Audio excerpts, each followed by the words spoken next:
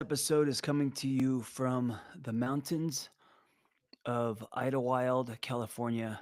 This is one of my favorite safe tree spaces. It's where we throw our retreats, and we bought this for me to come and write books, but I have not done that one time yet. It's hard to get out.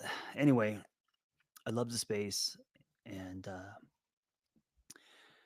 I feel like answering some questions and doing an episode. So here we go. Real quick, before I answer your questions, uh, I was thinking to myself, just a little share about nature, by the way. So I grew up in the concrete jungle. I grew up hauling over trash cans and stealing car stereos. No one took me fishing. Dad was not an outdoorsy kind of guy. I never joined the Boy Scouts. I never learned how to build a fire. So nature really never resonated with me. But I would hear people going on adventures, especially later in life, and how nature grounded them. And it's so great to get out. And I really tried to do those things. But unless I was on two wheels, unless I was on a dirt bike or doing something active, um, I never really felt grounded by nature until now. And when I say now, I mean partly these days, but I mean literally today. So I came up here earlier and got some hot chocolate. Went to my little favorite coffee shop. Instead of coffee, because I drink so much coffee, I got hot chocolate.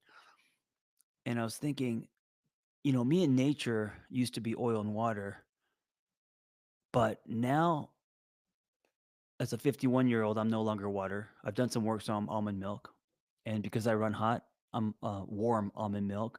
And nature is not oil; it is organic, natural cocoa powder. And when you mix the two, you have hot chocolate. And that is how that is how I feel. Me and nature, we are now hot chocolate. I feel grounded in nature. I feel clear. I feel so much gratitude. It makes me kind of rack focus on what's important in life. It does that to me naturally, right? So I'm assuming what's happening is it's pulling me out of my spinning thoughts, my false beliefs, my cognitive distortions. And I think I wasn't able to feel this because I just didn't have the radar. I wasn't open to feeling things like this. Now I think I could definitely feel subtle things that I never felt before. I notice trees. I notice trees. I know I do because this year in Los Angeles, this year has been probably. I grew up in LA. This is probably the most beautiful year in Los Angeles. Let me just mark that 2024 fall in Los Angeles was the first time I've seen trees, leaves turn color, and it felt like fall in New York, which is just beautiful and glowing and orange. And I wouldn't have noticed that if I didn't notice trees. So that's proof that I notice trees, which is I think important and telling of one's growth and presence and the ability to be in the here and now. Anyway, that's my share. All right. So question one. All right. Let's start with this. Let's start in the bedroom. How to restore a dead bedroom. Him, not me. That's it. That's what that's all the question is. And you know what my response is first, before we get into anything in the bedroom? I want to say um, the him, not me part is just not a good mindset. I mean, just out of the gates. Okay, so let me tell you, it doesn't matter if we're talking about discrepancies in the bedroom or disconnection or fights or anything. If and also I'm not just talking about intimate relationships, I'm talking about any relationship. If you start with him or her or them and not me, you're already going into this closed, defensive, and pointing a finger. Uh, any conversation that needs to happen has to happen with openness, because if you're defensive, the other person is going to be defensive. In every relationship, you're only 50%, the other person's 50%, right? So, how to restore the dead in the bedroom? Well, maybe partly the dead, partly. is you not being open or blaming or judging the other person, because by you saying him, not me, you're already, and listen, that can be true. Okay, I'm not saying that's not true, but with that mindset comes an energy, comes shields, comes a closing, comes white knuckles, And so that's the first thing I would do is reframe. It's not him, not me. It's us, right? It's us, not us. At the minute, that doesn't make any sense, but it does in a way, right? It's us, not us. It is. You guys are in this together, and to restore the quote unquote, as you say, dead in the bedroom, it's going to require a rebirth, and a rebirth requires both a conversation, starting with self, but also an inner journey. And I think this is a great time to reboot definitions of what alive is in the bedroom, right? If things are dead, I think it's a great time to start a conversation about what turns people on, what you want in the bedroom. I know the number one reason why the bonfire turns into a spark. Well, I don't know if it's number one. It's an obvious one. It's people don't talk. People don't talk about what they want, what they desire, how they want to be touched. So all of that, but also I got to see on a deeper level, and I actually think this is number one. Any kind of anger and resentment, any kind of anger or resent. I mean, think about it. If you're angry at someone, the last thing you want that person to do is touch you, right, or kiss you, or hold you. Uh, and so maybe this isn't a sex thing. Maybe this is um, a forgiveness thing. You know. So that's just something to look at. I know in my experience, more so with my um, whoever I was loving at the time, when it came to any kind of disconnection in the bedroom, a lot of it had to do with her being angry with me or having some resentment. And working through that helps tremendously, right? So that would be my first go to. And then everyone's different. So not comparing, talking about uh, what you guys like, how you guys want to be loved, made love to, what's the experience you want to have in the bedroom. And, I like that you used the word dead, because maybe that's what needs to happen, is that chapter needs to die. And so I don't think it's about restoring the dead, because you're saying, how do I restore the dead bedroom? Um, Maybe some new curtains, get that ugly painting off the wall. I'm just kidding. Uh, Maybe it's not about restoring the dead. Maybe it's about allowing the dead to die and giving birth to something new. I like that. That sounds more important, encouraging. Okay, next question. Rebuilding slowly with boyfriend after relationship rupture. Any tips on easing my anxiety around it? Well, first, I want to say congrats on rebuilding after the relationship rupture. I always say that uh, repairing rupture, I would put this at pretty much the top. The ability to repair rupture is going to tell you if the relationship is sustainable. If you can't repair rupture, whether it's you, your partner, both, whoever, um, if both of you guys don't have the tools to look at self, to own some things, to be expressive, to communicate, and to repair a rupture, the plane will eventually go down, because it doesn't matter how good the sex is or how much chemistry you have, or how much you feel like this person is your soulmate. We are humans, and with humans come conflict and disagreements. There's going to be ruptures. Your feelings will be hurt no matter what, I guarantee you, and you will hurt your partner. It's about repairing these ruptures, and if two people do not have the ability slash tools to repair, the relationship will be not built on a foundation, but on sand.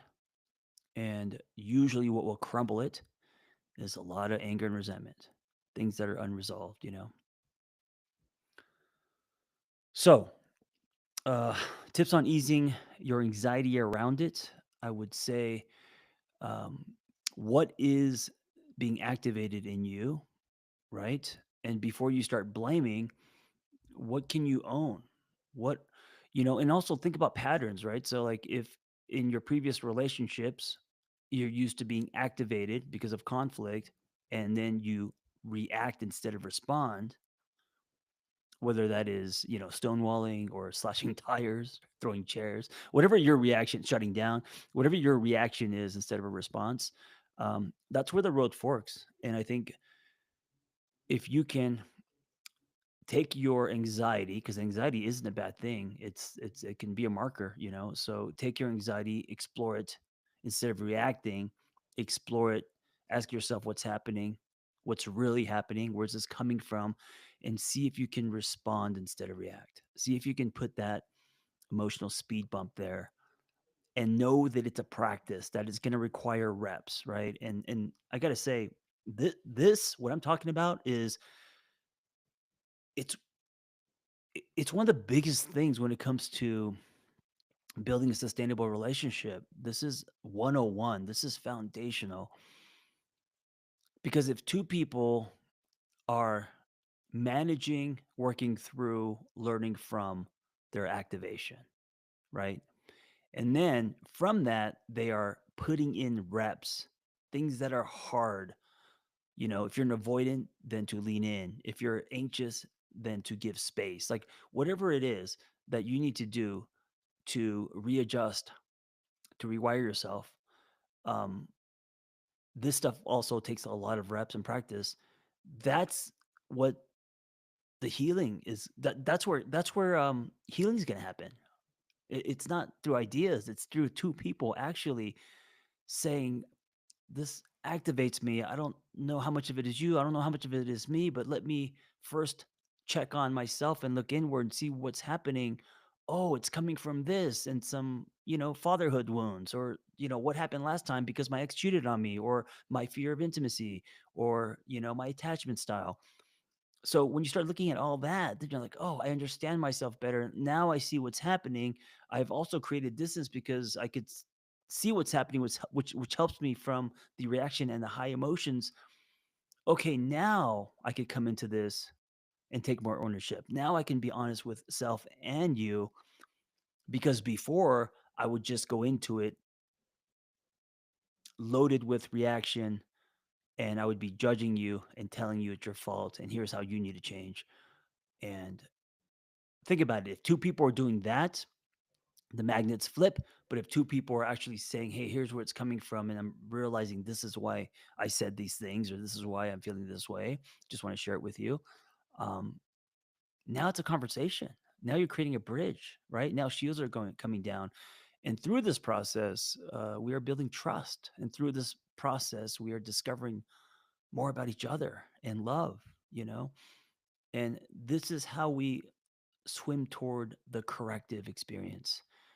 I'm a huge believer on giving ourselves corrective love experiences. And this isn't just because I'm a therapist or shit I learned from therapy school. This is from my own personal story, my findings as a human being on this planet who has loved many people, long term relationships, on my second marriage, lots of 3-year relationships. And of course, also helping, I would say thousands, as far as individual and couples with their relationships. And what I've learned that no one really talks about is, I want to give myself a corrective love experience, and that should be the North Star. And we don't think about that. We think about, oh, how much money this person makes, what they look like naked, how's the chemistry, how many followers they have. I mean, all these things that we check as far as boxes when it comes to love. And it's okay. It's okay to have types, and it's okay to to a certain extent have some boxes to check, and you have preferences, and sure. But above all of that, the goal should be, I want to recondition, rewire, I want to heal myself, and I'm going to do it by giving myself a corrective love experience.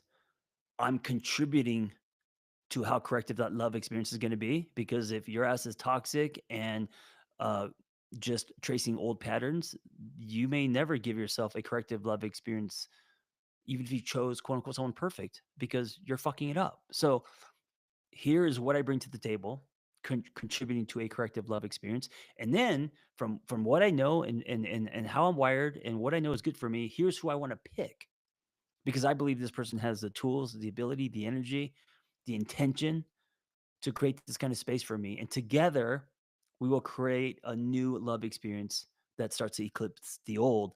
And both of us will heal each other through this experience. Now, think about this. This is what relationships are about.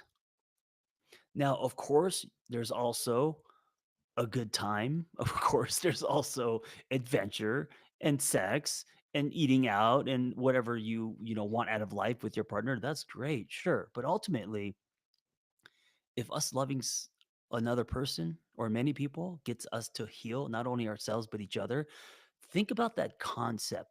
What other species? I mean, I don't know. I don't think animals have that capability. I don't know about aliens, maybe, but that is like some miracle shit. You know what I'm saying? That is stuff that I don't think we talk about or value or even um, understand that it's there for us, and that is the whole point of relationships. Oh, and I gotta say, it's taken me 51 years. I mean, I didn't start dating at age 1, so I mean, what, since high school to now, so uh 30 years or so, um, to realize and understand uh, what love really is about. Anyway, thank you for listening. Um, I have a small ask. Can you rate my podcast? I know it's coming out of the blue, but I always forget to ask because I feel bad asking. But reviews on my podcast would mean a lot to me. Thank you for listening. Be well.